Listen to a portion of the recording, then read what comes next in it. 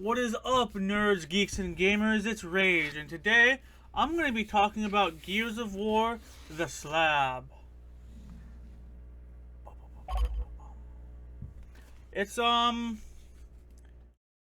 me just start by saying, still a good book, but for the first time in the series, I was honestly kind of disappointed in it. I'm giving it a 6 out of 10. I wish I could say that this book was, phenomenal, that it continued the trend of getting better and better. But honestly, I found it a little disappointing. Um, it's far more character based than the previous books have been.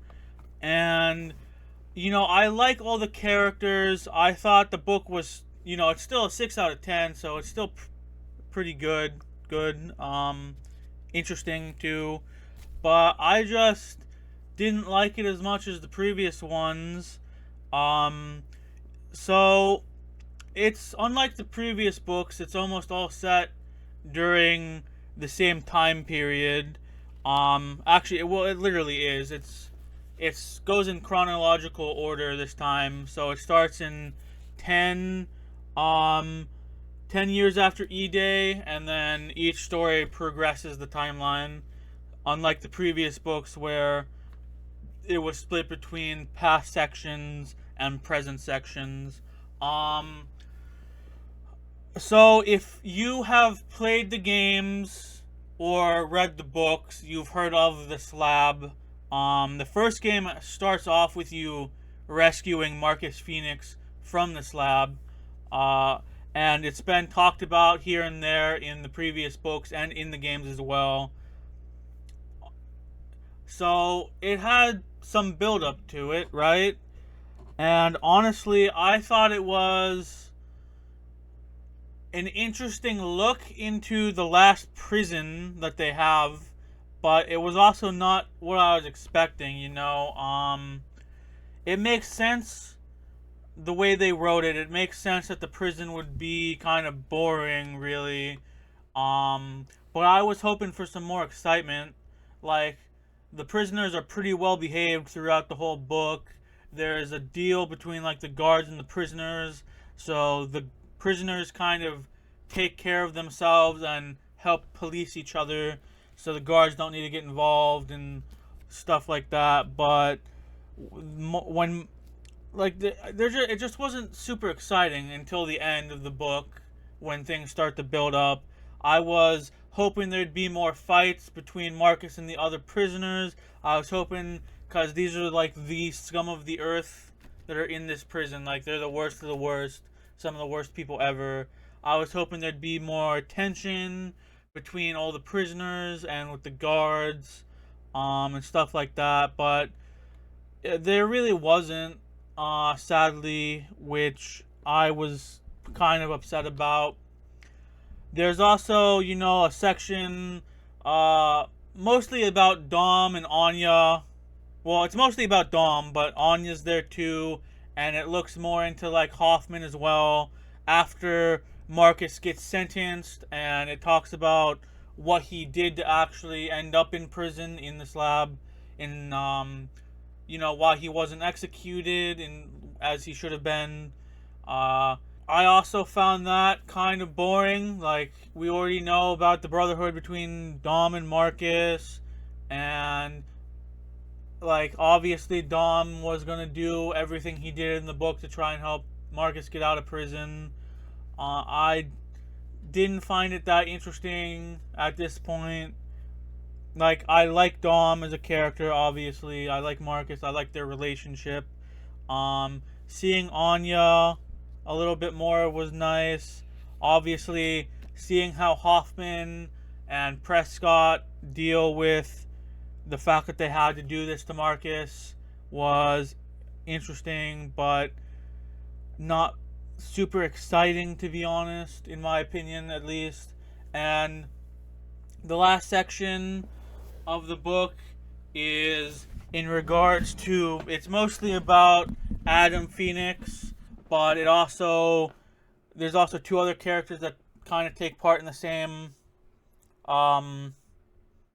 sections of the book, which is Prescott, Chairman Prescott, and there's a new side character called Neville. So that was probably the most interesting lore-wise, the most interesting section of the book, because we learn more about what happened on Azura. We get to see a little bit more about the research done to help fight the Lambents and develop a cure to eradicate the Lambents and Lambency itself.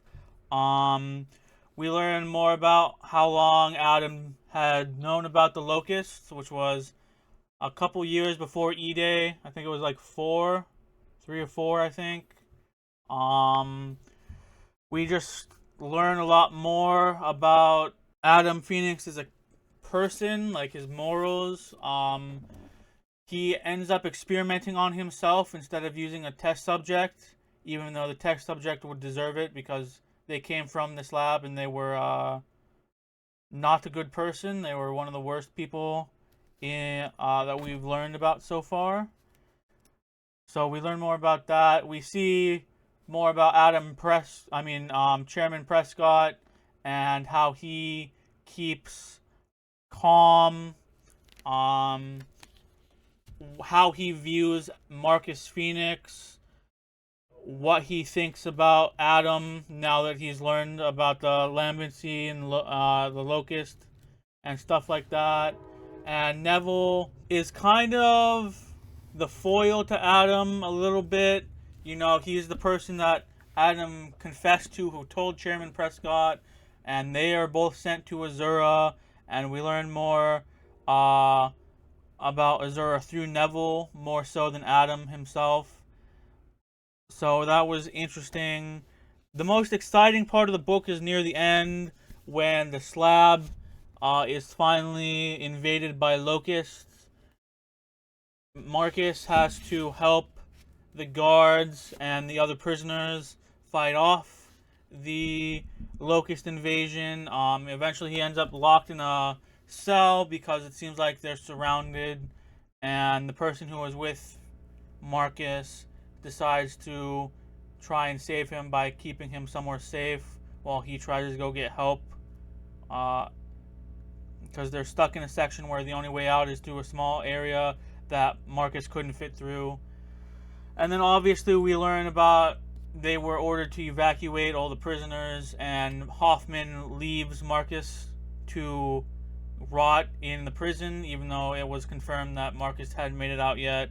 So Dom goes to save him, and Dom eventually does get to save him, which we see in the first game, in the first cutscene of the game. But so far out of all the books, this one was the least exciting. I think it was perhaps more interesting than like Asphos Fields, but not as exciting in terms of action and stuff like that.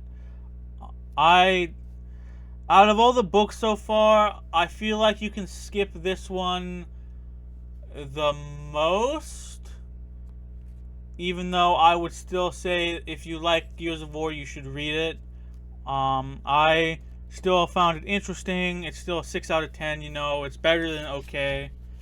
It's an interesting read. I didn't stay up every night reading it like I did the first 4 books, but I still liked it. It was interesting to learn more about Marcus's time in prison, even if I wish it had been a more aggressive prison to be in.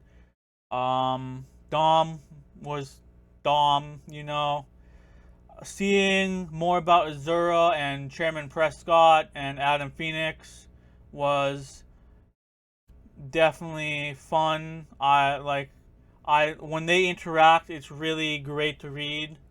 Their interactions are fantastic, but overall, 6 out of 10.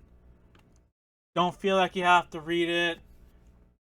It's not the most fun read, but it does develop certain characters more. So if you are a fan of Marcus or Adam Prescott, like I am, you'll probably like this still, even if it wasn't as exciting as the previous books have been in regards to action. Um, so yeah, I don't know what else to say. I really wish I could have given this a higher score because I thought it was going to be a good book. I thought it was going to be great, but sadly, it was just good. Um, so yeah, 6 out of 10. Read it if you like Gears of War, just like the previous ones. But if you are low on money, you can skip it if you want to. If they're not your favorite characters, if you already feel like you know enough about Marcus and Dom and Prescott and all that from the previous books. One thing to say though is this is a prequel, and I think it's the fifth book released. So Asphos Fields, Jacinto's Remnant, um, Anvil Gate, and then Coalition's End all came out before this one. So you can choose to read it out of order. I don't think it really affects too much. I mean, it kind of ruins the mystery of why Chairman Prescott was acting the way he was in the previous three books. But if you played the games, then you already knew most of the stuff that most of the stuff lore wise that you learn in the books and see in the book. So you can choose to read this first if you really want to. I still think you should read it in the release order of the books, but you can read the slab first if you want to. Okay. Now, if you enjoyed the video, I'd appreciate it if you could like and subscribe and hit the bell notification icon. It really helps me out. You know, you get notified when I go live or release a video. And it just means a lot to me if you would. I know I'm a small channel. I know my content's not amazing, compared to a lot of people. But I hope as I grow, I can get better at making videos and doing reviews and stuff like that.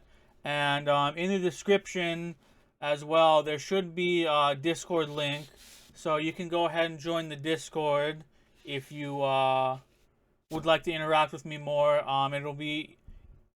I mean, I know I'm small right now, so leaving a comment, I'll read all my comments for now until I notice more bots than people, which hopefully won't ever happen. But if you join the Discord, you can interact with me. The server's open. You can interact with other people too. Hopefully someday it'll get big enough I can do like game days and we can all play games and stuff like that. Give me ideas of things you'd like me to review, books, comics, manga, stuff like that. So yeah, I hope you have a good rest of your day, and I will see you later. Peace.